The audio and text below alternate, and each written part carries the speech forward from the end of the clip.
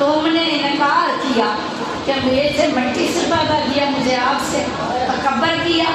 تم نے آدم کی مٹی دیکھی، تم نے اس روح کو نہ دیکھا جو اللہ نے اپنے عمل سے اس کے اندر کیا. تو یہ سجدہ آدم کو نہیں تھا، آدم کو قبلہ بنایا گیا تھا، اس وجہ سے اس وقت کعبہ ہی نہیں تھا. آدم کے حضرت آدم نے آپ نے تبلیغ کیا نا پہلے، تو کعبہ ہی نہیں تھا. تو ایک سمت دے دی کہ بنی آدم اور جن میں نے اپنی عبادت کے لیے پیدا کی، اب ان کے لیے چاہے میں جسے جگہ کو بنا دوں کعبہ کو بنانا، انہوں نے اسی کی طرف جھکنا. تو اس لیے اللہ کے حکم کے آگے جھک جانے کا نام سجدہ ہے، عبادت ہے. تو اللہ نے ہاتھی بھیج دیے، اتباع رسول اتباع خدا. اللہ نے بھیجے اور بھیج کر فرمایا کہ دنیا جتنی مرضی تسبیحاں کر لے، نماز شب پڑھ لے، اللہ کو راضی کرنا ہے. یا نکال کے نیند سے اٹھ کے نماز پڑھے تو اللہ واقعی راضی ہوتا ہے، اس کے لیے نہیں ہے. جو آپ راز و نیاز رب سے کر سکتے ہیں نا، وہ کسی لیے سے نہیں کر سکتے. ایون کے پاس معاملات ایسے ہوتے ہیں جو بیٹی اپنی ماں کو بھی نہیں بتا سکتی، لیکن وہ اپنے رب سے بے نیاز ہوتے بھول کے پڑھے.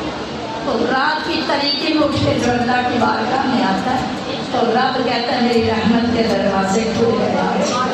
تو وہ بڑا سنتا ہے، غور سے سنتا ہے اس چیز. تو لیکن کائنات میں جتنے آفت گزرے، جتنے غوث گزرے، جتنے کلندر گزرے، جتنے بصری گزرے، ساری کائنات کے غوثوں کو جب وہ کلندر اور علماء کو اکٹھا کر لے، پوری کائنات میں فرشتوں کو اکٹھا کر لیں، ساری کائنات کی عبادت ایک طرف، علی کی ایک ضرب کا اٹھنا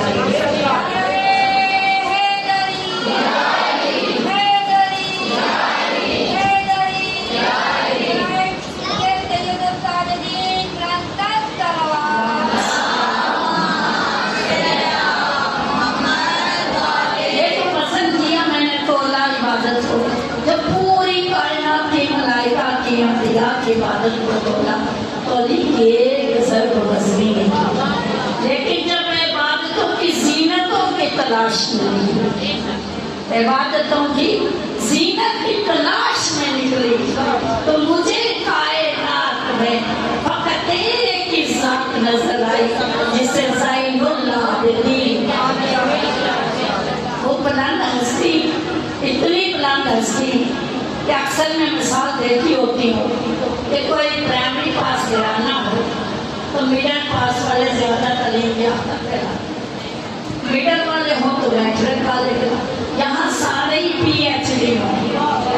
مثال اس کو ذرا غور سے سنا کریں، اس میں بچے کو کتنی محنت کرنی پڑے گی آگے بڑھنے کے لیے. تو پھر جملہ کہتی جاؤ یہاں سردار انبیاء بھی ہو، 5 سردار 5 بادشاہ ایک گھر میں، ورنہ ایک ایک گھر میں ایک ہی تاج ہوتا ہے. کوئی وزیر اعظم بنے تو ایک ہی بنتا ہے، کوئی صدر بنے تو ایک ہی بنتا ہے، سارے نہیں بنتے. یہ سارے کے سارے ایسے ہیں جن پہ سرداری کا تاج ہے. نانا سید الانبیاء، باپ سید الاوصیاء، ماں سید النساء العالمین، اور دونوں سید شباب اہل جنت. تو سارے سرداری کا تاج پہنے ہوئے. ان ایسے خاندان کے اندر یہاں عصمت بھی عروج پہ نظر آئے، یہاں نبوتیں بھی اعلیٰ نظر آئے، یہاں ولایت بھی عرفہ نظر آئے، یہاں امامت بھی اوج ثریا کو شرمندی ہوئی نظر آئے. وہاں کسی اپنے آپ کو سید الساجدین و زین العابدین کہنے والے نا فقط علی بن الحسین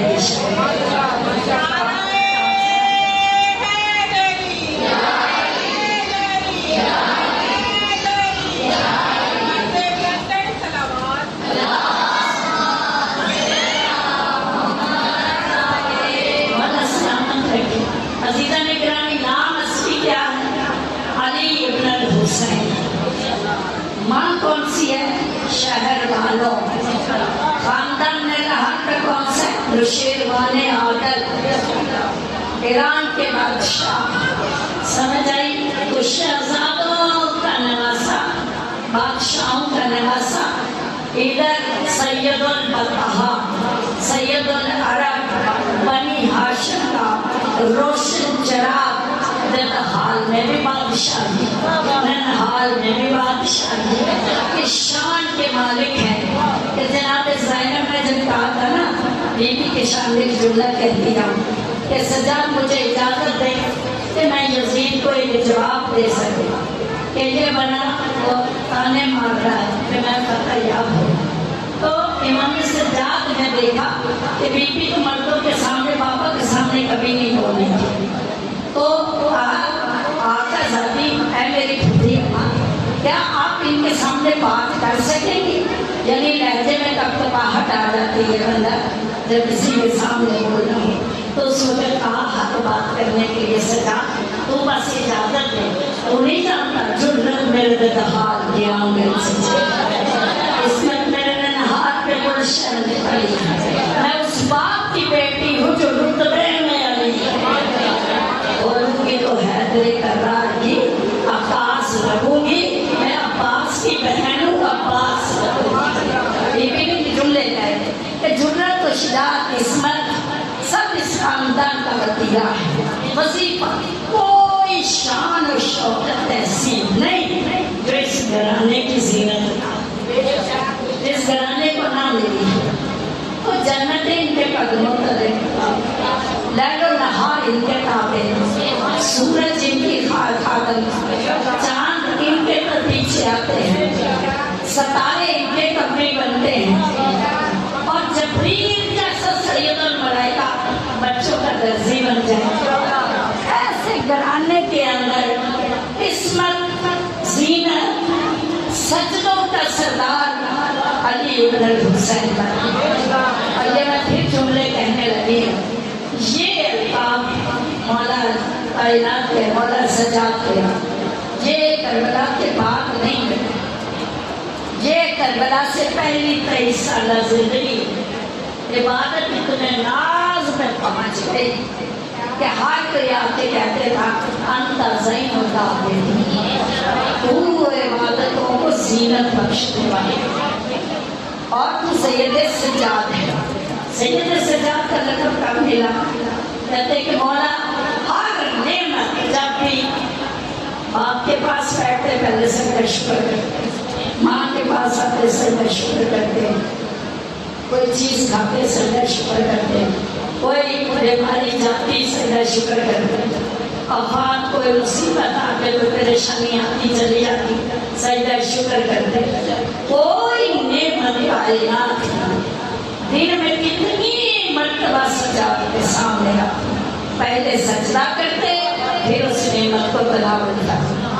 اب بتاؤ کتنی دفعہ پانی پیا ہو، کتنی دفعہ کھانا کھایا ہو، کتنی دفعہ کام کیا ہوگا، کوئی بھی کپڑے پہنے، تو ہر پیر سے پہلے سجدہ شکر ادا کرتے، اس لیے سید الساجدین کرا۔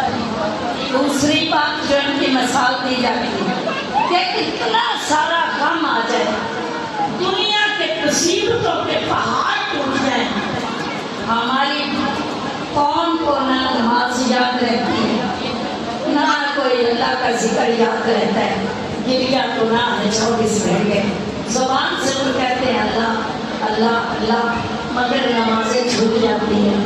کسی کا جوان کا لاشا پڑا ہو، کوئی ماں باپ میں سے کوئی چلا جائے، نماز بھول جاتے ہیں۔ لیکن سید سجاد وہ ہے جس نے وہ مصیبتیں دیکھی، کربلا کی بھی دیکھی، باغ کی بھی دیکھی، پشت ناکہ پر بھی، پیدل چلتے ہوئے بھی، جہاں جہاں قدم پڑے وہی سجدہ۔ اس لیے اس امام کو سید الساجدین کہتے ہیں۔ یہ دو لقب جو زین العابدین ساجدین، یہ کربلا سے پہلے ہوئے، اور خود رسول اسلام نے اپنی زندگی میں کہا کہ روز محشر آئے گا جب سارے عابد و زاہدوں کو اکٹھا کیا جائے گا، انہیں کہا جائے گا فخر نہ کرو، اور ہمارے درمیان ایک ایسا بھی ہے جو زین العابدین بھی ہے، سید الساجدین۔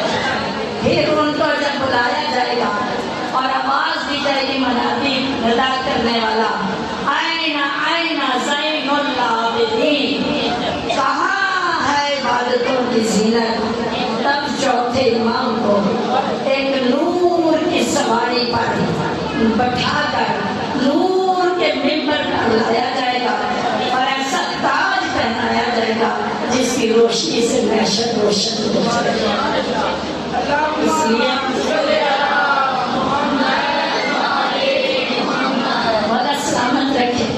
اب بچیوں کے لیے میسج، ماؤں کے لیے میسج، بہنوں کے لیے دے کے آگے بڑھوں گی مسائل میں آتے ہوئے، کیونکہ یہ کردار وہ ہے جو ہر ایک کے لیے ہدایت نمونہ عمل ہے۔ ہمارے ہادی ہمارے لیے ہدایت کا سرچشمہ بن گئے کہ کوئی بھی موقع اگر اس طرح کی خوشی ہو تو یہ کام کر لینا، اگر غمی ہو تو یہ کام کر لینا، اگر کوئی اور مسئلہ ہو تو یہ کام کر لینا، ہر وقت کا نمونہ عمل ہے۔ اس لیے آپ کڑیاں پہنے، آج کا تابوت آئے گا، یقیناً اس کا کڑیاں بھی ہوں گی، توق بھی ہوں گے، ان میں لوگ قیدی بناتے ہیں اپنے بچے اور کڑیاں پہنتی ہیں میری مائیں بہنیں بیٹی۔ اس کڑی کا میں نے پہلے بھی کہا تھا، جب ایک کام آپ مستقبی سمجھ کے کرتے ہیں، کیا مولا کے قیدی بنے، ہم زہرا کی کنیز بنی، زینب کی کنیز بنی، تو بھائی آپ کی ذمہ داری کام نہیں ہو جانا، خالی کڑی پہنی اور ذمہ داری کام ہو، ہرگز یہ کام نہیں ہو، بلکہ 20 ذمہ داریاں پڑ جاتی۔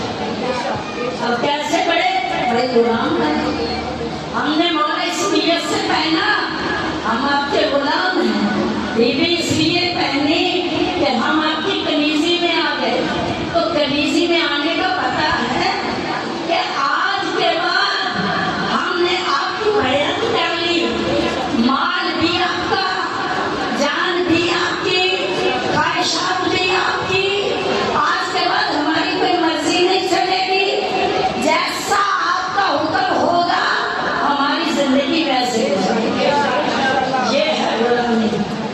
غلامی کھانا ہے تو ان کی رضا کے تحت، پہننا ہے تو ان کی رضا، ان کی مرضیوں کے مطابق، چلنا ہے ان کی مرضیوں کے مطابق، تمہارے قدم کسی حرام کی طرف نہ اٹھیں، تمہارے کان کچھ حرام نہ سنیں، تمہاری زبان سے کچھ جھوٹ نہ نکلے، کسی کا الزام تلاشی و غیبت نہ بنے، تمہارا لباس حلال کی کمائی سے ہونا چاہیے، خبز دے کر اس کو پاکیزہ کیا ہوا ہونا چاہیے، بغیر خبز کے کھانا پینا یا لباس کا پہننا، تم قاصد اہل بیت تو ہو سکتے ہو، غلامان آل محمد نہیں ہو سکتے۔ صلوات پڑھیے گا۔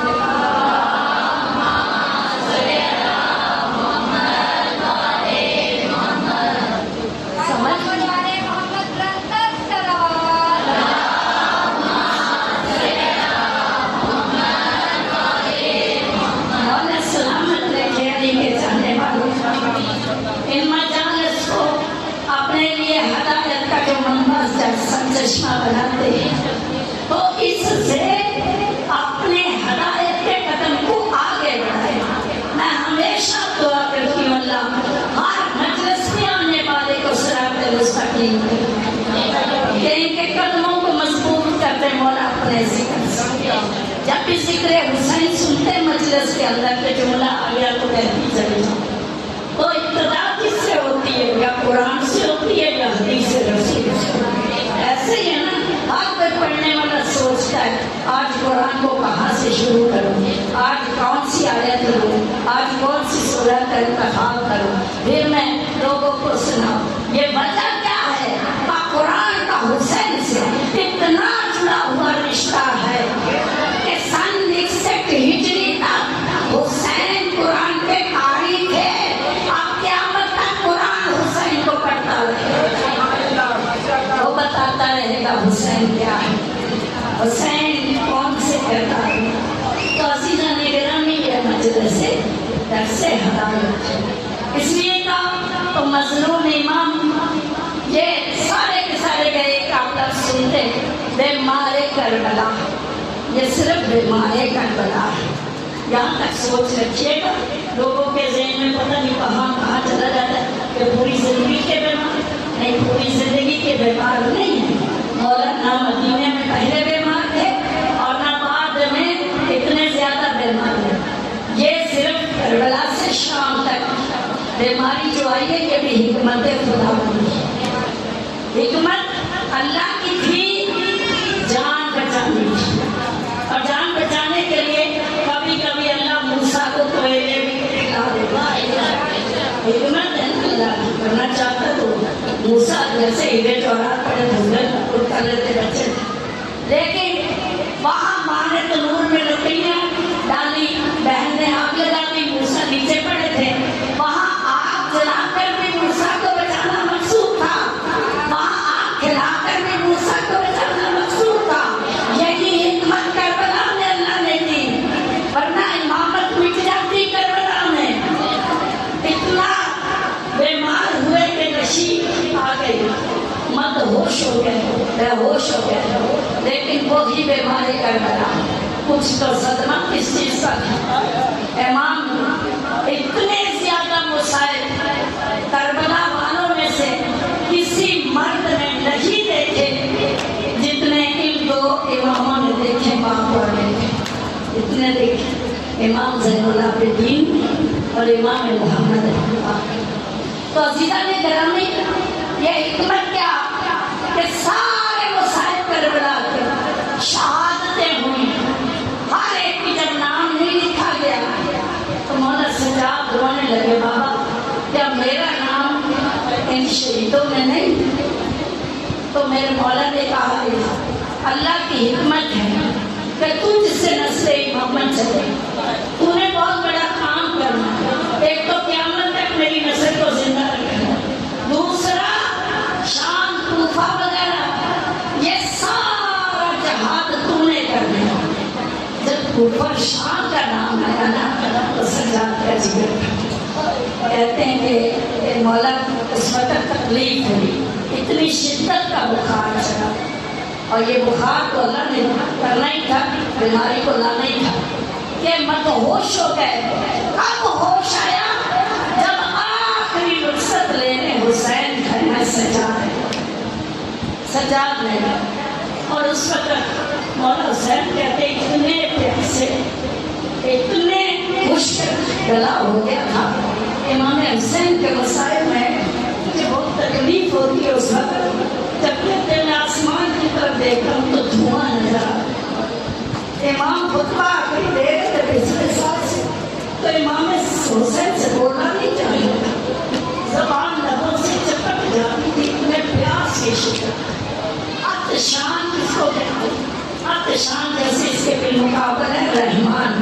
آج میں تھوڑا سا آپ کو علمی ایک نکتہ بتا دوں. عطش پیاس کو کہتے ہیں، عطشان اس پیاسے کو کہتے ہیں جس پہ انتہائی شدت کے پیاس کرتے ہیں. امام سجاد نے اپنے بابا کی قبر پہ کیا لکھا تھا؟ آزاد کوتے لگے عطشان، آزاد قبر حسین کوتے لگے جو شدت پیاس میں مارا. یہ وہ امام میرے مولا ہے رونے لگے سجاد کے سرانے کرے جملے سنیے، لیکن امام کی آنسو نہیں. سر حسین کی آنسو خشک ہو گئے. صبح سے تک روتے رہے زہرا کا بیٹا، اتنا روئے تھے اکبر کو بھیج کے، اتنا روئے تھے عباس کو بھیج کے، اتنا روئے تھے اور محمد کے لاش اٹھا کے کہ داڑھی آنسو سے تار ہو جاتی تھی. مگر آخری مقصد ہے حسین کی آنکھوں میں آنسو خشک ہو گئے. اتنا پیاسا حسین آ کے روئے، چاہت کے بیٹے کے چہرے پہ آنسو گرے. اور شادہ آنسو نہیں ہے، اپنے اللہ کو جلتا ہوا بدن تھا حسین کا، تو ماتھے سجاد پہ رکھے اور ایک بیٹا کہا میرا بیٹا اٹھ وقت آخر آ گئے، اب تیرا بابا تجھے الوداع کر رہا ہے. بیٹا مجھ سے اصرار ہے محمد نے حکم خدا کی اطاعت کرنا، ان معاملات کو سمیٹ لو. تب سید سجاد کی آنکھ کھلی، اور جب آنکھ کھلی تو بابا کو سر سے پاؤں تک خون میں ڈوبا پائے، اور جب پایا تو ایک دفعہ تڑپ کے پورا زور لگا کے سید سجاد مسئلے بیماری کر رہے.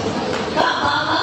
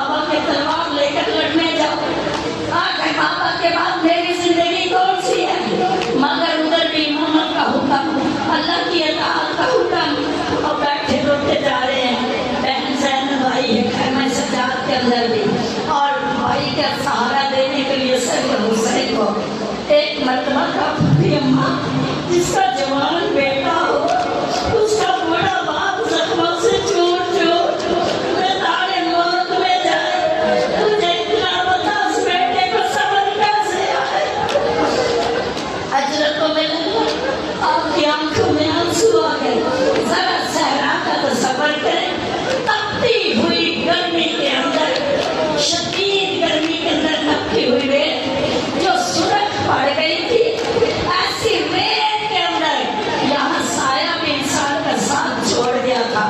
وہاں تن تنہا ان خیموں کے اندر اتنی گرمی اور آپس کے دوران ایک علی کا شیر جانے کے لیے تیار کر اور اسلام کی حفاظت بیٹے کو لے کے جا رہے. تو زینب روتی جا رہی ہے. مولانا نثار امامتی نے اپنی دستار بندائی اور خدا حافظ کر کے چلے. ازادار جب چلے گئے نا تو سجاد بھی بے ہوش ہو گئی. اس وقت ہوش آئی جب شام میں غریب خیمے چلے, آگ لگ گئی. اس وقت جناب زینب آئی, اے بیٹا سجاد اٹھو, وقت کے امام اٹھو, اب ہمیں بتاؤ ہم زندہ جان جائیں یا خیموں سے باہر چلے. ہوش آیا, روتے ہوئے کہا بھی اماں جان بچانا واجب. یہ زینب نے پہلا امامت کا مسئلہ پوچھا سید سجاد سے. ابھی بیبیاں پاس ہیں. جلتے ہوئے خیمے کے باہر شمر کھڑا حمید ابن مسلم لکھ رہا تھا, کہتا کربلا میں زینب نے بتایا سجاد کیا ہے. اور جب سجاد کو رائی کا حکم ملا تو آتے کا عالمہ غیر معلمہ سے پوچھنا چاہتا ہوں. تو کیا کہتا ہے حمید, کہتا کربلا میں زینب نے بتایا سجاد کیا ہے, اور شام میں سجاد نے بتایا زینب کیا. اجرت من اللہ, حضرت اللہ نے بولا جب سے میرے خیمے سے اٹھا کے لائی گئی.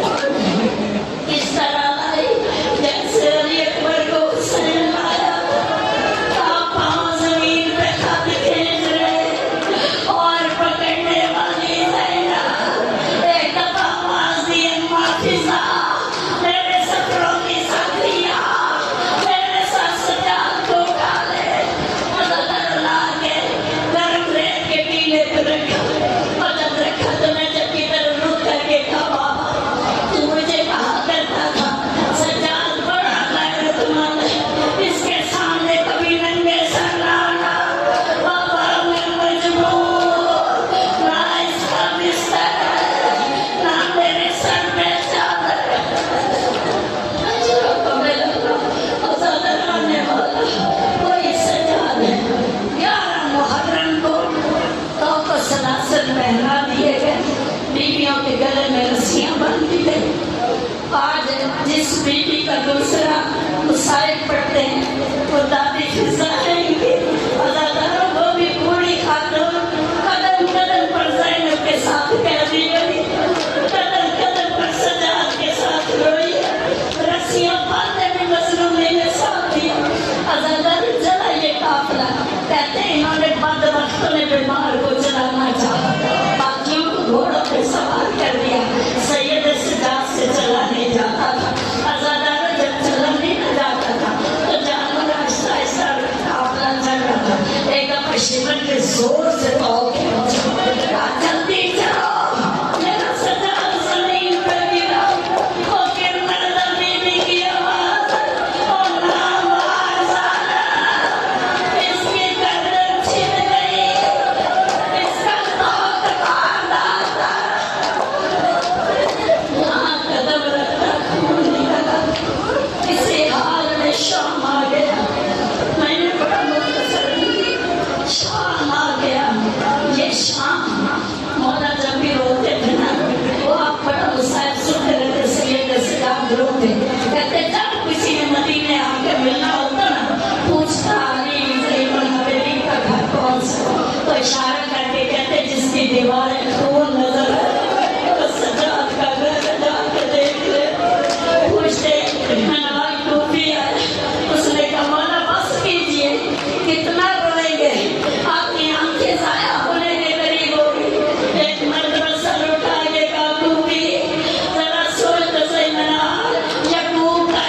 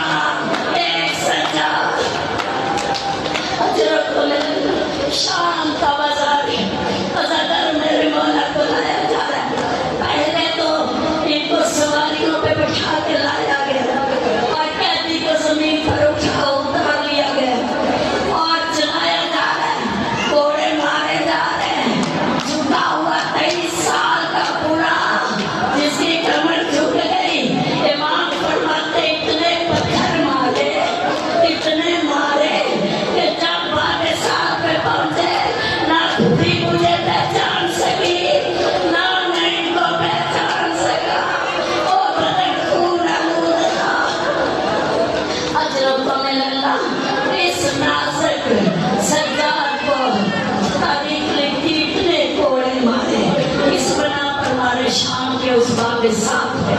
جب سہل ابن سعد صاحب یہ رسول ہے، اس نے کہا مولا پہچان لیا، کہا کوئی میری خدمت کے لائق کوئی کام. میرے مولا کہتے پیسے ہیں، کہاں مولا ہے، کہا بازار سے چادریں خرید کے لاؤ. حضرت یہ کیا بازار سے چادریں لائے. جب ایک ایک بیوی کے سر پہ چادر آئی، شمر نے دیکھا، آگے زینب کو نہیں کہا، رسول کو نہیں کہا، سیدھا تازیانہ لیے سجاد کی پشت پر آیا. وہ اتنے تازیانے بجائے سائنس کی ناٹی چیز نکلی. پھوپھی اماں میری سوچ آ گئے بولا میرا بھائی زخمی، میرا سجاد زخمی، زدر سینہ زخمی، سر زخمی، کمر زخمی.